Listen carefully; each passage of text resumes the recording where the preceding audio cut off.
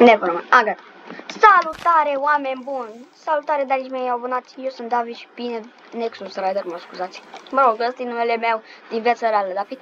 Bine v-am regăsit la Minecraft. Știu că l-am mai postat de mult timp, dar ăsta e episodul 2 și din câte vedeți mi-am schimbat skin-ul. Arată fan. Adică, mă rog, nu știu cum să numesc asta.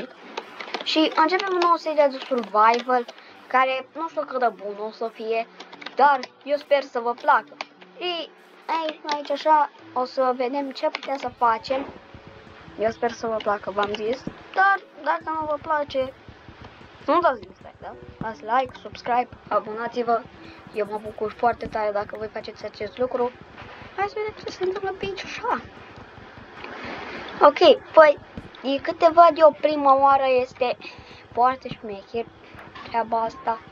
Pentru că, de câte vedeți, am luat tot lemnul care am putut. Nu prea știu ce să fac, pentru că m-a dat lângă un village, gen. Și am nevoie de village. Dar, sincer, vedem și noi pe aici ce se mai întâmplă.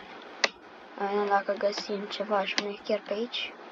Mai postăm Bedwars deocamdată pentru că nu prea sunt bun la Bedwars. Ați văzut și voi din episodul anterior, deși am câștigat fix la limită, gen. Pe ăla mi-a distrus patul și am și câștigat în același timp. M-aș bate cu ursul polar pentru că ăsta îmi dă mâncare. Și, na, acum ai. Deși, stai. Ăsta 2 și ăsta 1. Hai să ne facem un topor prima oară. Ok. Toporișca. Facem și un târn acolo în caz că trebuie de așa. Bă, dar până acolo. Ok. Un X.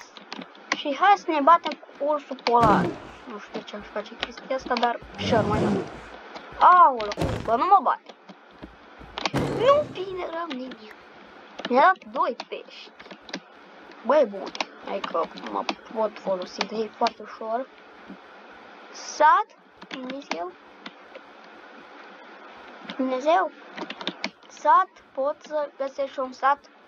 Dumnezeu, te rog.